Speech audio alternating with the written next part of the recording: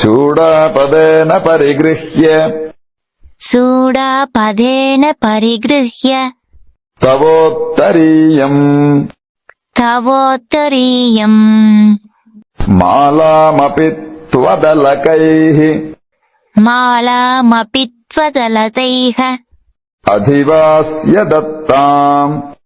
अधिवास्य दत्ताम् प्रायेण रङ्गपतिरेष बिभर्ति गोदे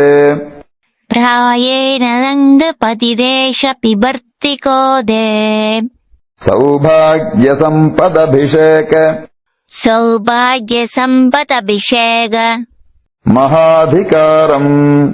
महाधिकारम्.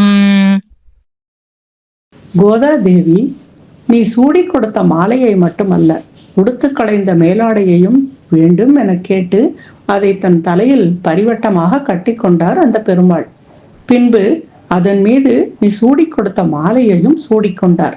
இது எப்படி உள்ளதென்றால், சௌபாகிய சகல சம்பத்து அபிஷேக மகா அதிகாரம், அதாவது மங்களமான செல்வத்துக்கு ஒரு பட்டாபிஷேகம் செய்து வைத்தது போல இருக்கிறது.